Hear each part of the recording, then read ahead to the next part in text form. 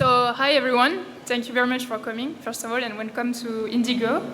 I'm super happy to be here for this morning coffee talk. I know it's early, but it's going to be cozy because we're going to talk about game devs, boss fights, and dragons.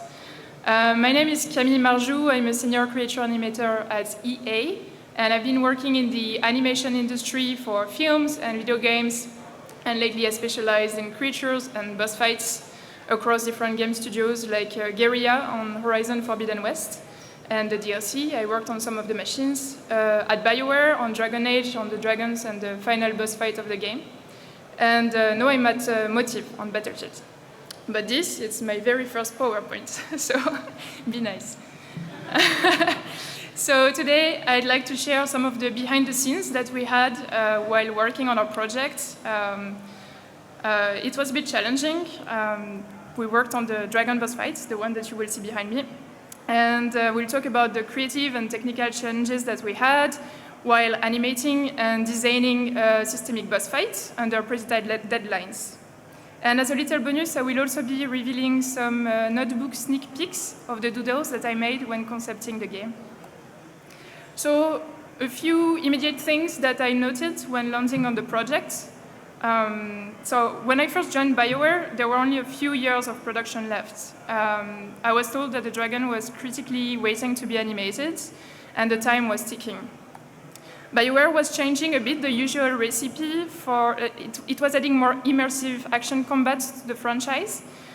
So different direction, but still this very big thrive for this epic lyrical storytelling that they're good at.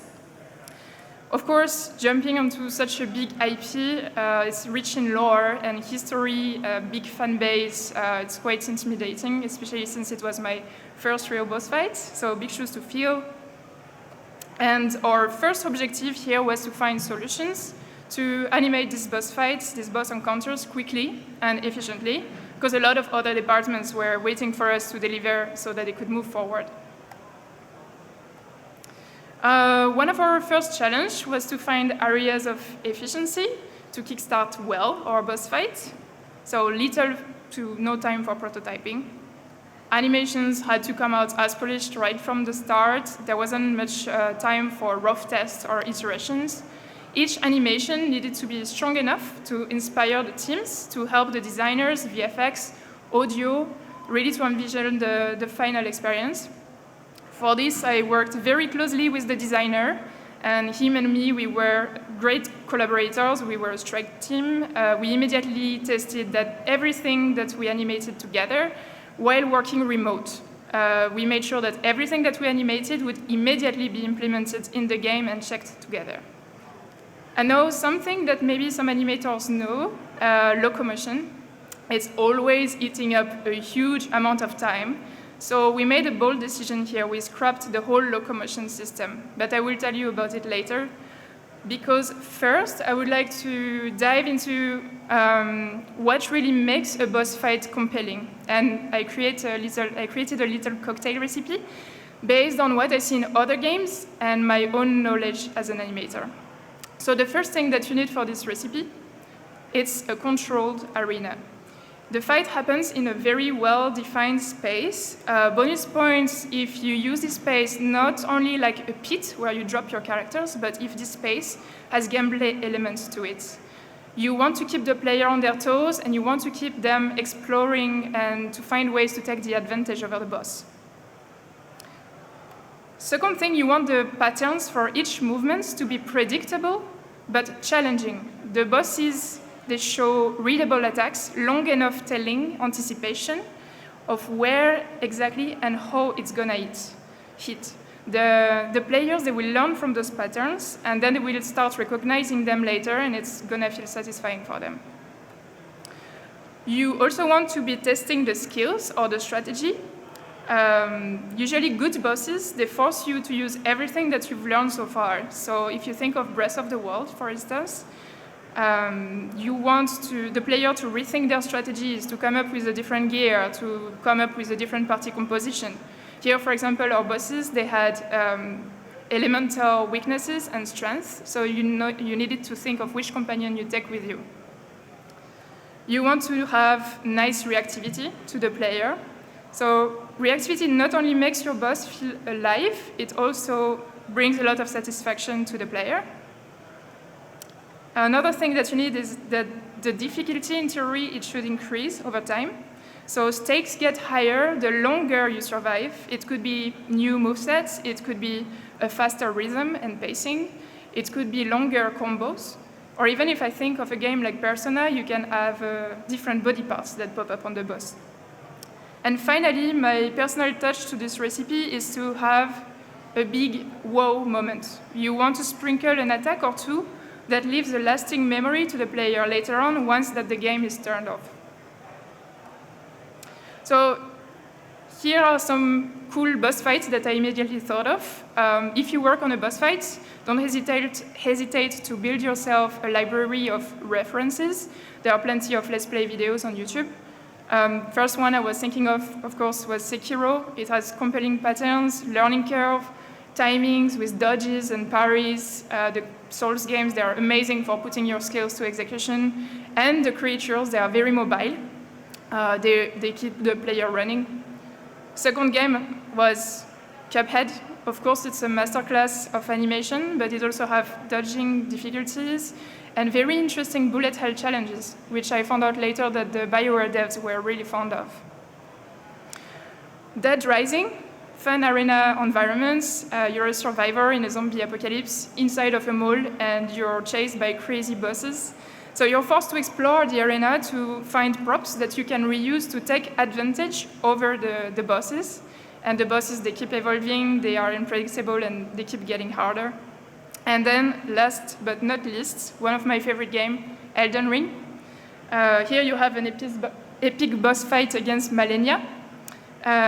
If you haven't played the game, I'm sure that you have at least heard of her for being one of the most challenging boss fights in history.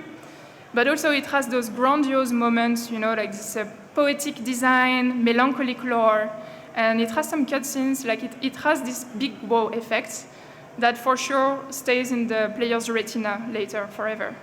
So of course there are many other cool boss fights that I didn't mention here, but some of my personal are the Souls, Split Fiction, which I'm playing right now, and Monster Hunter. Now, just to reflect and compare a little bit the creature work that I did on the two projects on Horizon and Dragon Age. When working on Horizon, we had these amazing open-world creatures. They were designed to live in a broad ecosystem. They were wandering around like packs. They were usually not in a rush. And their primary goal was to survive Aloy, who wanted to scrap them. So they were more like preys.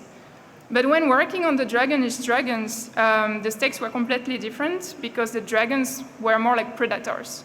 They were designed to trap the player in a confined space and create chaos, hunt them down like a cat would try to trap and play with a mouse, if you think of it. So that's different design directions. However, they also shared very core similarities because they are creatures. So the first one I'm thinking of is that the creatures, they should be able to defend themselves. They should be able to react from every direction, meaning that if you make them sweat, they should have emergency escapes or counters. They have very mobile attacks. You want to keep the player mobile as well, nothing better than a boss that is mobile. So you want to displace the creature as much as possible when it's attacking to really own the space, to own the level. And reactivity, reactions, a great variety of them. Again, these are crucial for aliveness, but also player satisfaction. So what about the locomotion I was talking about? Context, for those who don't know, locomotion is the movement mechanics that makes a character walk or run or more. Maybe there are some animators in the room, I don't know. In that case, you might already know that setting up a whole locomotion system for a AAA game always takes a huge part of the scope. It's usually what we start with to figure out a bit the personality and the style of the character that we're about to animate. So in Horizon, for instance, the creatures, they had a wide range of locomotion sets from running to walking to trotting and limping even when they were hurt. Imagine now that for each of these sets, you need to create their own starts and stops, either from the left foot or the right foot. You need to create turns and quick turns from it. And those turns can be either 90 degrees, 180 degrees, to the left, to the right, so with their own starts and stops as well. So things get wild really fast. And if you do the math, that's easily 20 to 30 assets plus for each single creature, just to cover the basics of locomotion. But for the dragons, right, we didn't have that luxury. So how did we make the dragons move without locomotion? I self-implemented a few golden rules when I was animating. The first one being indirect locomotions via attacks. So instead of animating a traditional movement set, like you would think of, I'd focus on attacks and abilities that move the dragon through the arena. So instead of the dragons attacking, whenever the dragon attacks, he doesn't stay on the spot. He's mobile, he's shifting around, so in a way the dragon moves through the space with his own ways of actions. Second one, we have wings, so make them fly, Our flying abilities would actively reposition the dragon through the air with the help of technical warping. We had a relocation system, which I'm going to tell you about in the next slide. And we also had perch phases. We used those perch phases where the dragon would fly away from the level and reposition himself on the edge of the level to reclaim some height and take a break. For our relocation, it starts with an analogy. We imagine the dragon kind of like a knight chess piece on top of a chessboard. So if you look at the doodle on the top right, it sums up a little bit our relocations mechanics. We had quick turns. Those were like if the player was in a specific arc range around the dragon, he would either go 90 degrees left, 90 degrees right, or 180 degrees to turn and face the player so that the player doesn't hide behind him too much. Those were short and reactive. We also had relocation abilities. So if the player stood too close to the dragon for a certain period of time, we'd set the condition where the dragon would relocate away from them and switch to ranged attack instead of melee. We'd create a pool of animation database covering different directions and distances. So you had jump left long, jump right short, jump forward long, etc. We had all of them. So we would run a test on the nav mesh to check all the valid locations in all directions around the player. And based on the results, we'd select the best relocation animation scored, and he would then leap there. We also built a wide set of mobile attacks, as I said, to give the sense of locomotion through the attacks. So for instance, we had a charge attack where the dragon would cross the arena moving in a straight line, a little bit like a tower piece on chess or, a fool. For this, I was inspired by the bear's run to emphasize the weight of the dragon, because I couldn't find real references of dragons. We had flying attacks to create vertical mobility with in-air rotations while throwing fireballs to track the player, and then he would slam the ground when landing and create an area of effect. Thankfully, we had an amazing team of riggers that created awesome wings, so it was great to animate. We had a tail, claw, wing sweeps. Basically, the dragon would do turning attacks using different body parts, and he would reposition himself across the arena and move in the arena in the same time. So either sweeps or very localized ground hits, but he would always move. And then we had a massive leap attack. Since the dragon couldn't directly run to the player using the nav mesh, we created this ability called Gap Closer that was designed for him to leap through the air and reach the player quickly, regardless of the positioning. Now let's talk about the perching phase, which is the phase that we designed to increase the boss fight difficulty, and one of the most exciting that we have in the fight. We are going to see why. In most of our dragon arenas, I think there's only 2 where we don't have it, we have a perching phase. We reuse a similarly shaped prop, a squared one, called the perch, that blends with the environment, and then when the dragon's health drops below a certain threshold, it enters the perch phase and interrupts the fight with you. So the sequence goes like, as you can see in the drawing, he leaps through the center of the arena, then he rotates to face the perch location, He flies through the perch with an animation.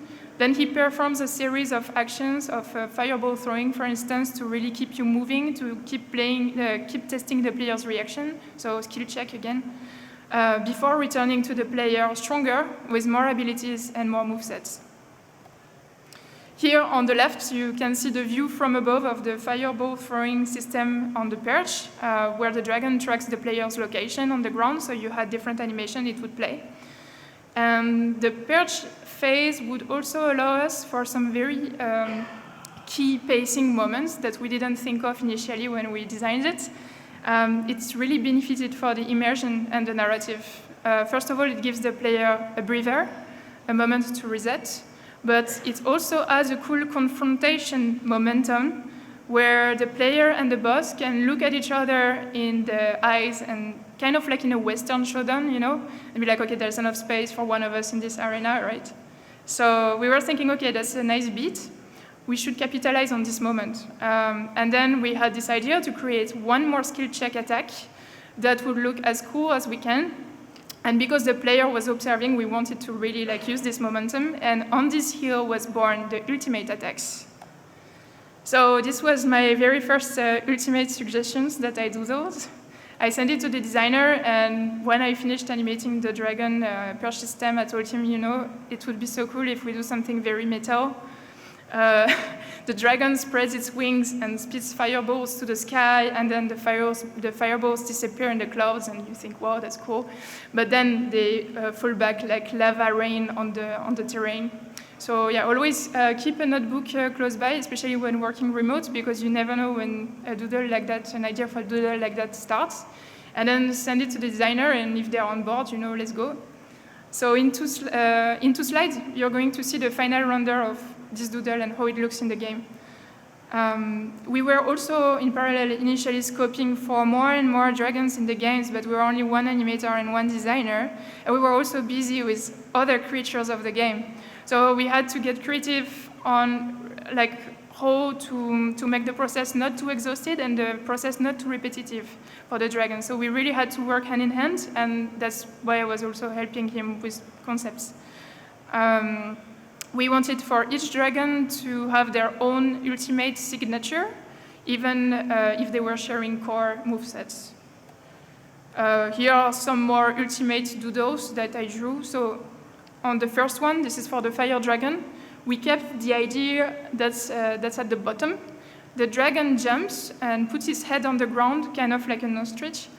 And then he starts spitting fire, and he creates pits of lava geysers everywhere. I was inspired for this one by the fire giant in Elden Ring. It gave me nightmares, so I thank him for this idea. Second one was for the electric dragon. This one, the dragon spins really fast and then creates an AoE voltaic whirlwind, and then he comes out of it stronger and faster. And on the right, you can see the ice dragon concept, where he blows a beam of ice and then deploys his big wings and starts to flap and generate a blizzard. So here on the left, you can see how the Perch Ultimate doodle ended up in the game. So, but in the end, my favorite Ultimate was the one from the Ice Dragon that you see on the right. So this one goes as follows. It's a bit different than the doodle. So after a while that he buffets his wings and pushes you away a bit, like a bullet hell challenge again, you have the environment that becomes icy, foggy. You know, like the dragon fights you in a blizzard fog. And if you stand far from him, he disappears, he's camouflaged in the environment, and he looks at you with his two shiny blue eyes, and he preys on you, really. Like, that's a cool moment. And when he comes charging at you, then it looks really creepy and challenging because you have less reaction time, and you're not sure where exactly it's coming from. So yeah, we found out that changing the weather conditions and environment clearance can also be a very cool addition to your boss fights. So now let's move on a little bit. We said that we talk about reactivity, heat reactions, and why they are important. We can have a look at the different heat reactions that we have for our dragons and how exactly they are set up. In our game, we wanted every hit to have a visual feedback, give the player a sense of impact for everything. So we implemented a total of 14 small regional flitches that you can see on the top GIF. They played additively on top of their current animation, meaning that they were not interrupting any animation. It was just an additive thing. It added a bit of impact, a little bit of hit reactions. They were directional as well, so based on where you're standing, he would hit in a different direction. So if you're standing on the left of his jaw, then his jaw would go to the right. Another thing is that the dragons, they have a huge health pool, but if you aim well, you can take them down a bit faster, and so we created the weak point system. It's also very RPG. So the weak points, they appear randomly on different body parts, limbs, tails, etc. And the player must decide whether to take the risk of running to a limb or to the tail or to the head to hit the vulnerable spots. So it adds a bit of a skillful challenge as well, making the combat feel more dynamic, but it's also rewarding if you reach the target. We also implemented heavier hit reactions, even more rewarding when you trigger it. It's good to remember as an animator that usually we think, okay, we just want things to look nice, right? But our real main goal is to make the encounters feel really satisfying, and nothing more satisfying and rewarding than perfect timing that interrupts attacks. So if you hold your attack button or if you spam a weak point, then you will trigger the stronger, more impactful reaction, and that will push the dragon away. You also had a system of perfect blocks and counterattacks. If you time perfectly your parry within a very tight window, you trigger a slow motion effect that creates an opportunity for you to counterattack. Some attacks were unblockable though, so they will be signaled, and then you would either choose, okay, I want to block here or I want to dodge. And we also introduced a stagger bar that fills up each time that you hit. So as the bar fills up, the dragon becomes more vulnerable, and then it falls on the ground and exposes its weak points on the belly or on the head for a few seconds for you to really spam it. Our biggest difficulty here for an animator is to not make the player feel sorry for the poor creature that just fell on the floor. It must still feel rewarding and not like you're doing something wrong to beat him up. So maintain the ferocity, especially if it's a dragon, like show the teeth, show the deadly wings, keep it menacing, and make sure that the weak body parts are well exposed because it would be frustrating to run forever to reach it. And once you're there, it feels good to spam a lot of damage in a short time. On the more technical side, I also want to explain just in one slide how the dragon was set up.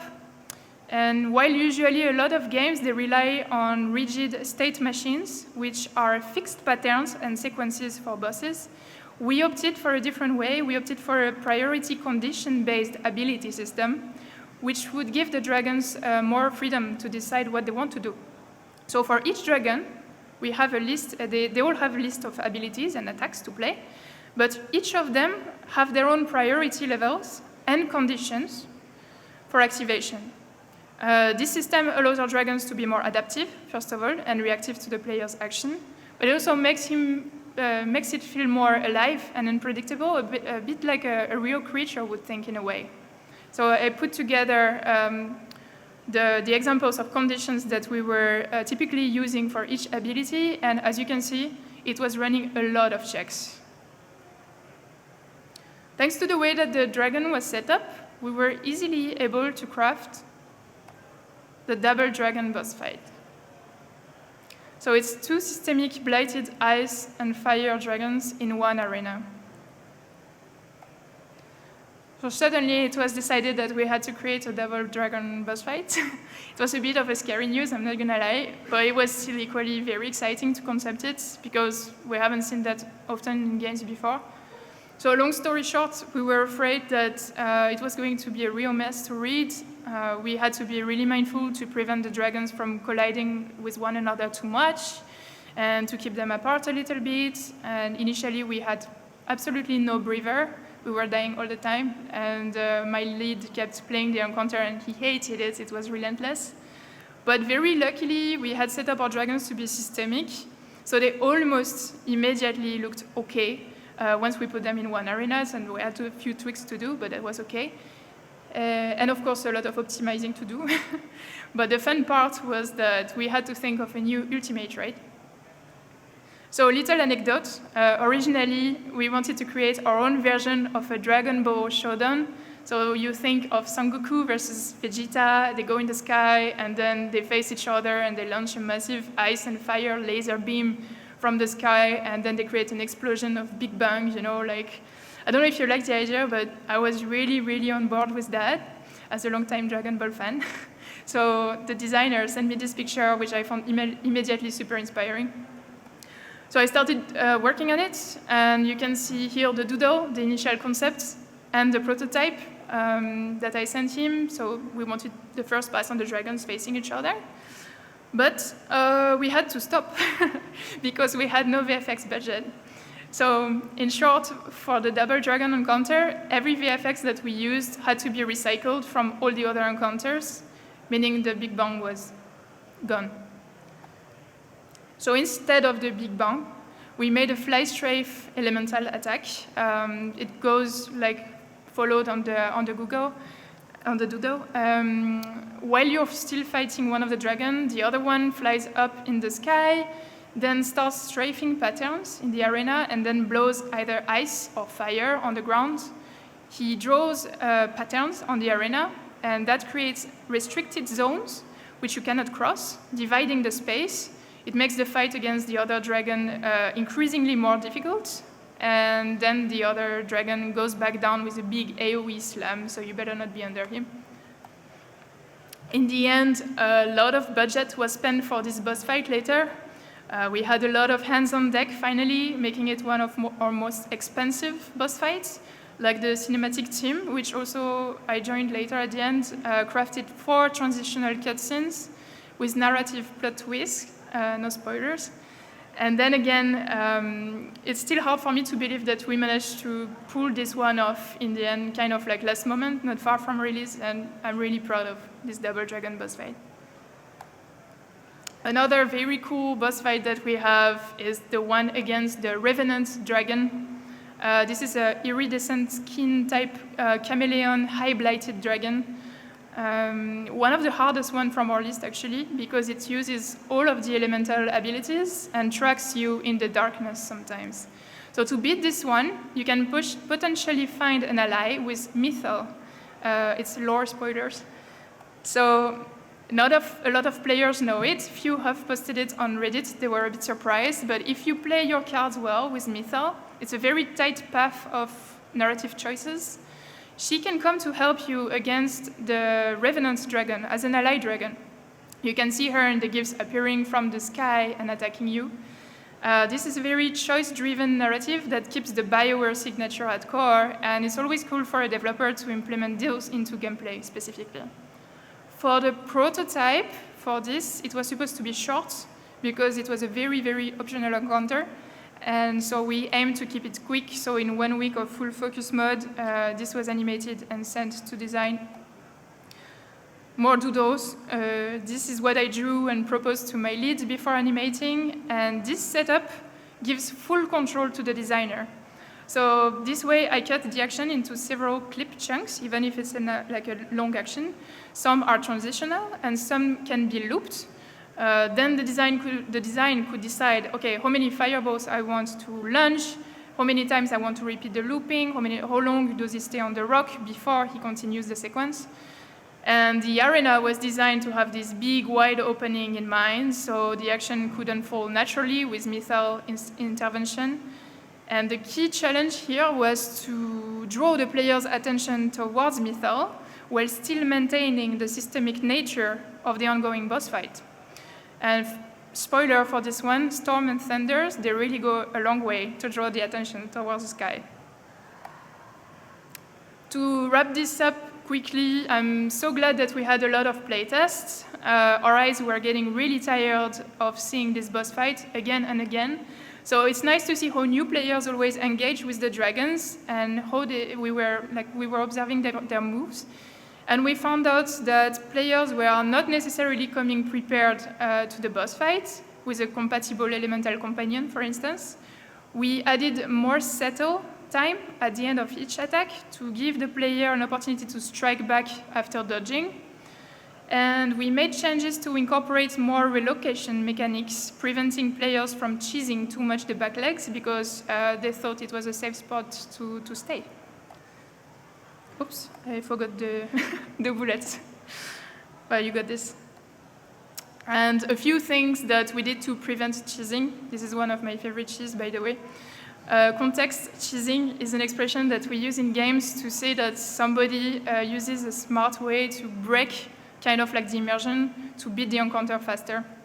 The dragon had a bunch of sweeping attacks that covered all of the angles, meaning claw swipes, foot swipes, wing swipes, tail slams and swipes, dragging bites. So it covers all of the blind spot around the dragon.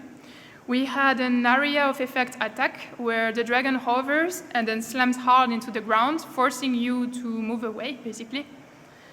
We had a pressure system, so a hidden clock that tracks the player's melee attack, increasing the score progressively. And then once that the score reaches a threshold, the dragon relocates away and switches to ranged attack. So it gave the dragon a bit of a sense of intelligence as well. And he knows when to back away, but still he remains aggressive. And then we gave taunt animations to the player as a reward as well. So we had taunt animations which are designed to not hurt you, basically to just be like kind of like a show-off gesture where the dragon is like teasing the player, giving an incentive to come at him. But we also use those animations as a strategic reward when the player played skillfully. Then we'd play this animation to give them an incentive to strike back. Final key takeaways. First, sketching really helps when working remotely. It's invaluable for quickly communicating ideas and strategize efficiently. You can work really efficiently remotely, there's no problem with that, as long as you stay transparent and communicate a lot with your team. If your creature has wings, then please make them fly. You know, it's beautiful and it keeps the wings very readable and clean all the time. Beware the cheese. Always playtest with fresh pairs of eyes and avoid game-breaking exploits. Reactivity, it makes things hyper-satisfying. So have a good variety of them in your games, directional, hit power, staggers, elemental reactions, etc. It's crucial for the player's satisfaction and also for the creature's aliveness. That's just my opinion, but have one or two key moments in your boss fights. Try to include a grandiose moment, an ability that stays in the player's mind later, kind of like your signature. Displace your creature during an attack. It will make the encounter feel organic and fluid, and it will really make the boss fight like an owner of the arena. Team up with your designer, if you can. Be a strike team. You know, an animator doesn't have to be just an executor, they also have ideas. And it's always cheesy to call yourself a team player, but in the case of making a boss fight, it's very important. And finally, broaden your repertoire. This is an easy one, just play video games, you know. It will keep your inspiration material fresh, and this will also make you a good problem solver, I think. So that's it. Thank you very much for your time. I know it's early, so I thank you for coming all the way and listening. And I also want to thank Alessandra van Otterlo and Juni Dijkstra for having me, and thank you, Indigo, for hosting this presentation. I hope this can spark a few ideas for your own boss fight, I don't know, production or animation or design. And I think I have a bit of time left, so if you have questions, otherwise poke me anytime. I will be the whole day here.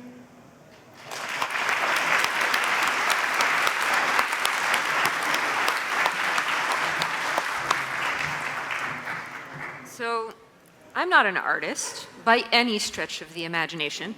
I will never be able to do this, but I feel a little bit less ignorant. A little bit. So, you've done open world creatures for Horizon.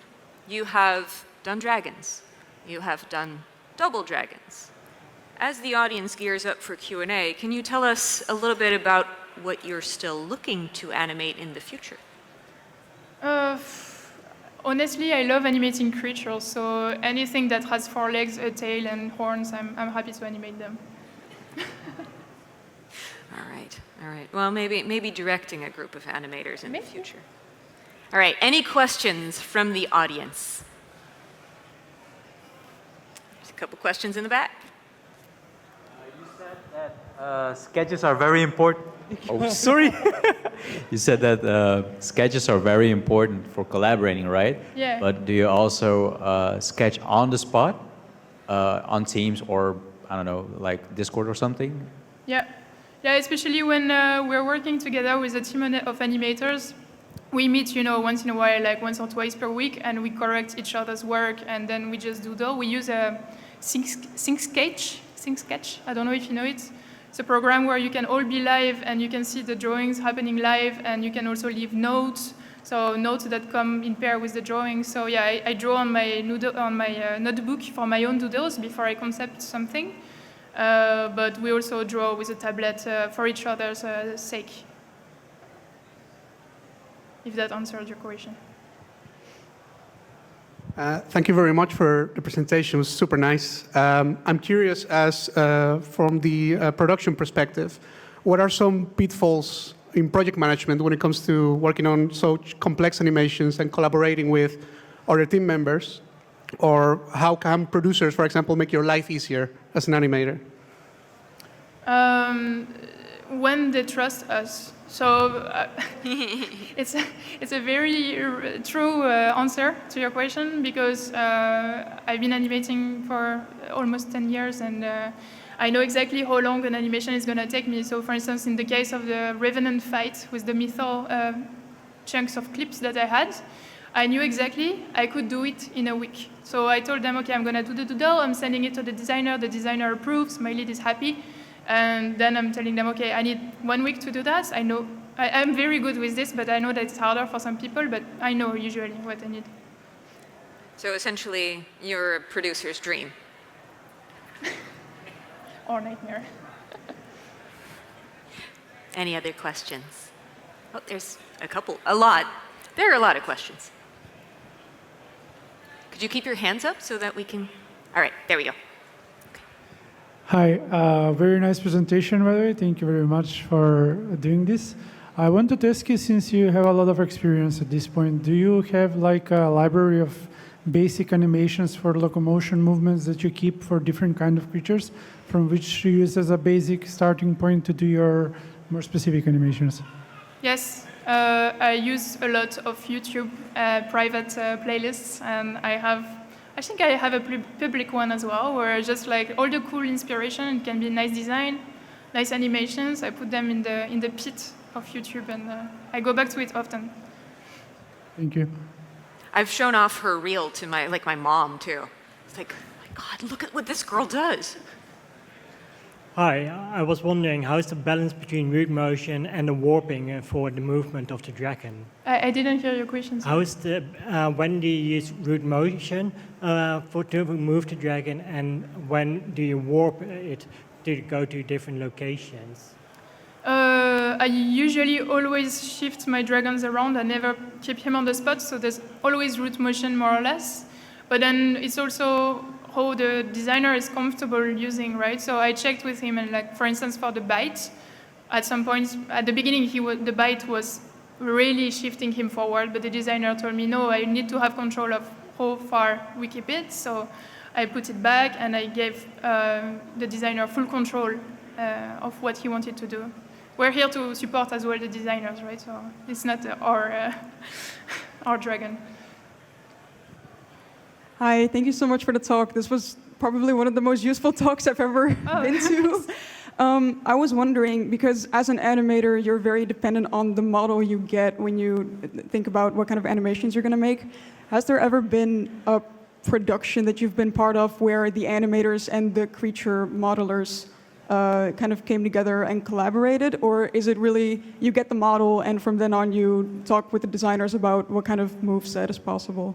Yeah, it's a lot of back and forth, especially at the beginning. When we get the model, we've got to test them and see if everything works well. And for the dragons, for instance, we had to come back several times on the wings and ask the modelers to change a bit the wing system. So do the rig as well. It changed as well. So yeah, there's a bit of back and forth. Thank you so much.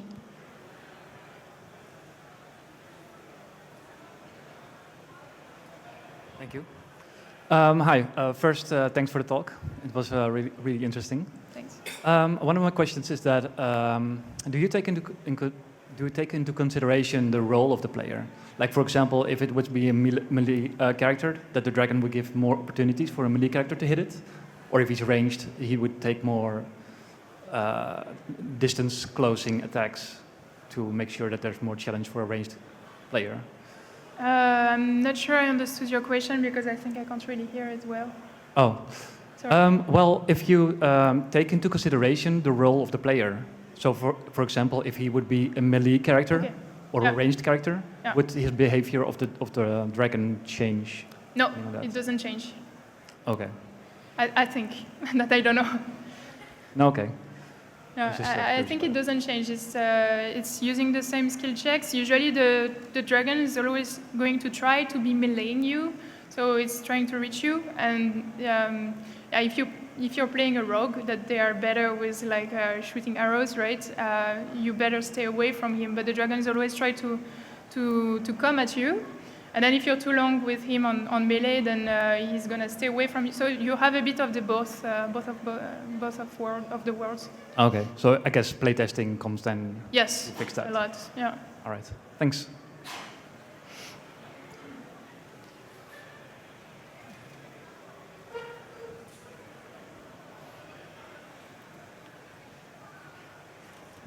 Hey, first of all, thank you for the presentation. Very, very insightful. I'm actually currently stuck at the double dragon boss fight, so I feel the struggle.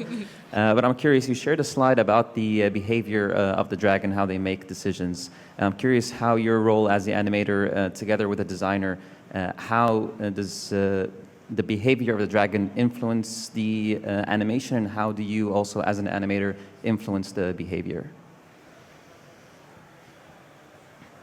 How the behavior of the animation influenced the dragon. So I think the biggest challenge here was that our dragon was really big, and it was interacting with players that were either very small, like dwarves, or kunaris that were really big. So there was a lot of back and forth between testing on different type of characters' body types. And going back to animation and making sure that every animation could hit either a very small character or a big character. But in terms of behavior, we haven't struggled too much. It was mainly about the body types, I think. I don't know if I really answered your question. Yeah, that's it. Okay. Thank you.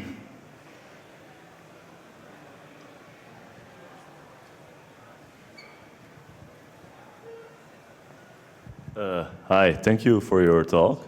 I was wondering, could you maybe give a little bit of insight in how you build up your portfolio, and what would maybe be a good project to start on for aspiring creature animators? That's a good question. So my portfolio, I built it by just making games. But if you're really, are you a student or?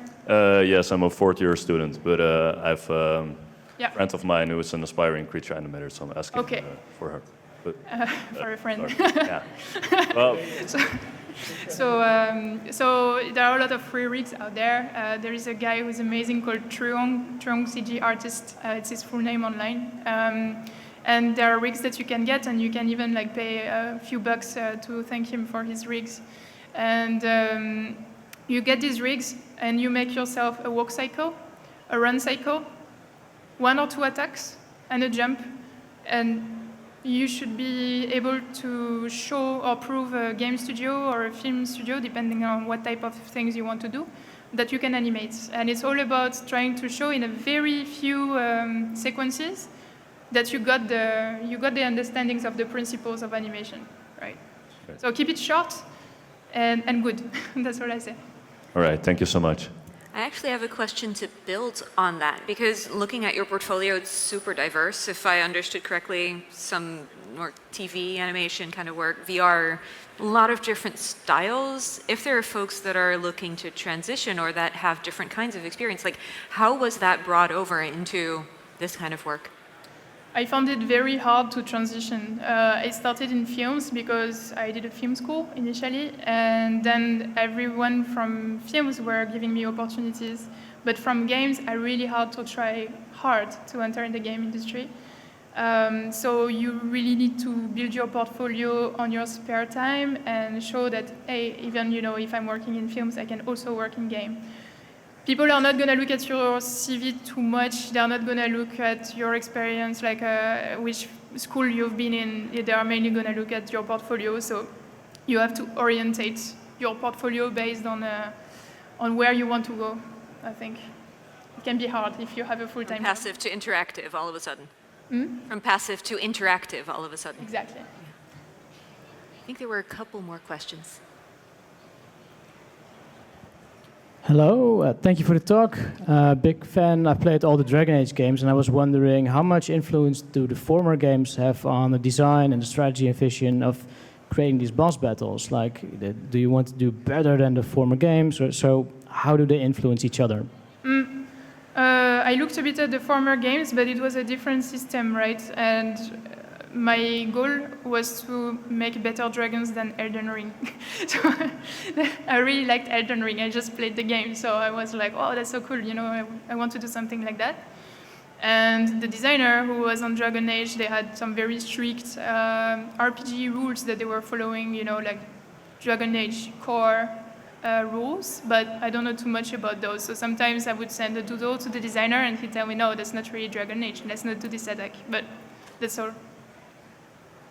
Thank you.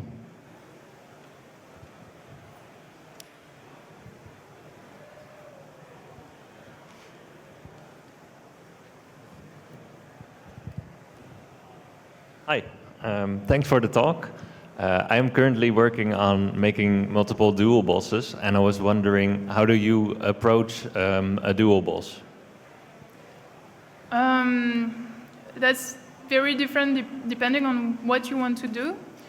I would say try to work on your collision, not having the boss fights be in the same space in the same time too much, like queries.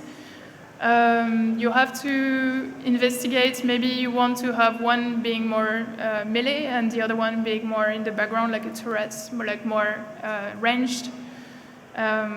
You want to capitalize on it as well. You just not want to put two bosses in one pit and that's it.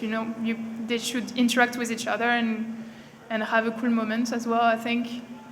I'm not too much of a designer as well, so I would say, it's going to be really hard to make it systemic, but it would probably look better if it's systemic and there are two, than if it's just repeated sequences, because it might be a bit repetitive. Thank you. One more question over there.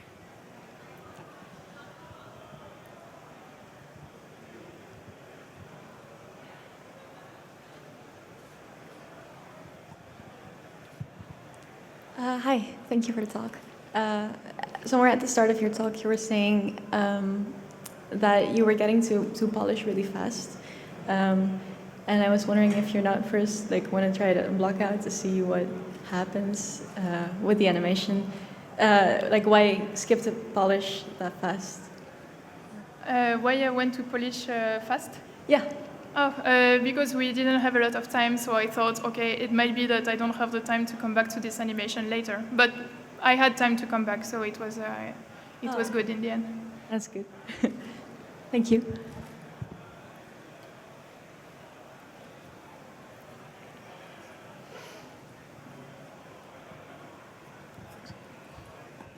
Great talk.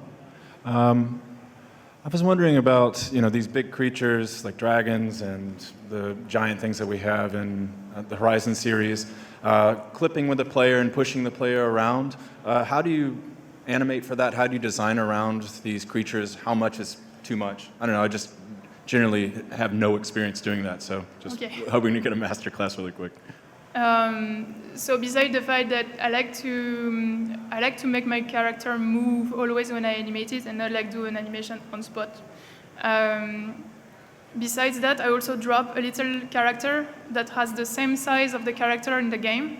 It's kind of like a character like this. It doesn't move, but it gives me an idea of sizes and scale.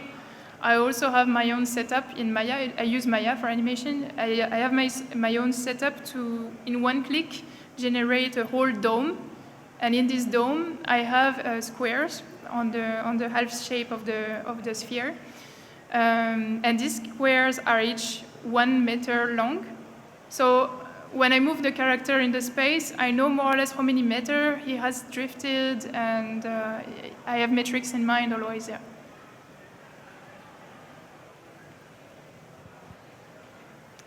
Any final? There's another one.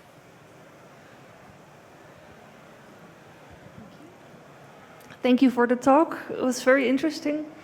I have a question because you mentioned the bear, but what creatures were the inspiration for your dragon, aside from the bear?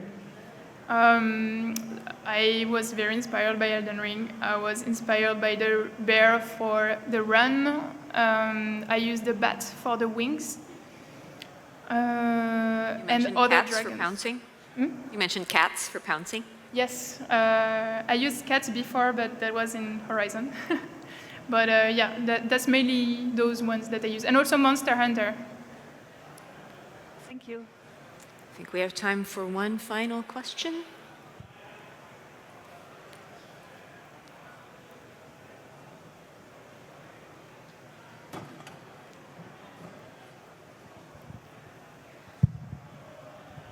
Hi, thank you for the talk.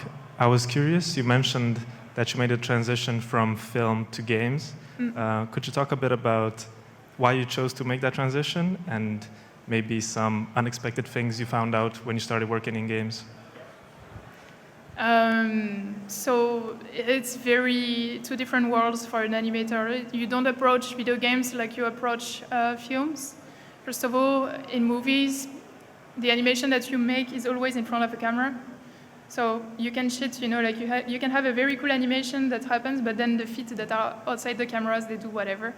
But in video games, it needs to be everything perfect, right? You can be turning around the creature 360 degrees whenever you want, take photos, stop the game. So every frame needs to be good, needs to be right.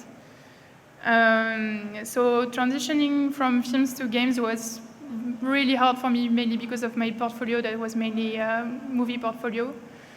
But you can 100% do it. You are still an animator, you use the same animation principle, you can do it. It's just, it's gonna be hard at the beginning when you start. You have some tricks, like for instance, if you work in games, the reactions, they need to be snappy. So you need to have a bit more interactivity, I would say, dynamism in games. And also depends on the camera angle. So I started with a VR company where the camera was really far away from the player, and you needed to exaggerate everything that you did so that you could really see the player's actions. So it depends on the camera angle, depends on the platform, it's very different. Okay, thank you very much. All right, so one final question to wrap this up. You've mentioned being inspired by other games, you've mentioned animals. Are there any other resources that you tap into that could be useful to the crowd? Yeah, keep playing a lot of video games and make yourself a library. I often come back to it when I start concepting for a new creature. Other resources, I don't know, films. When I was working on Horizon, actually, there was a lot of resources from Nat Geo. So documentaries about animals, and not only because you want to see how they animate, how they move, but you want to see how they think, right? So this gives you a little extra when you build something like an elephant. Okay, you think the elephants, that's how they behave, that's how they are behaving with their kids, and I think you are able after to put the soul in the animation, in the motion. Like they do something because they have a reason to do it. All right. Thank you so much, Camille. That was really insightful. And thank you all.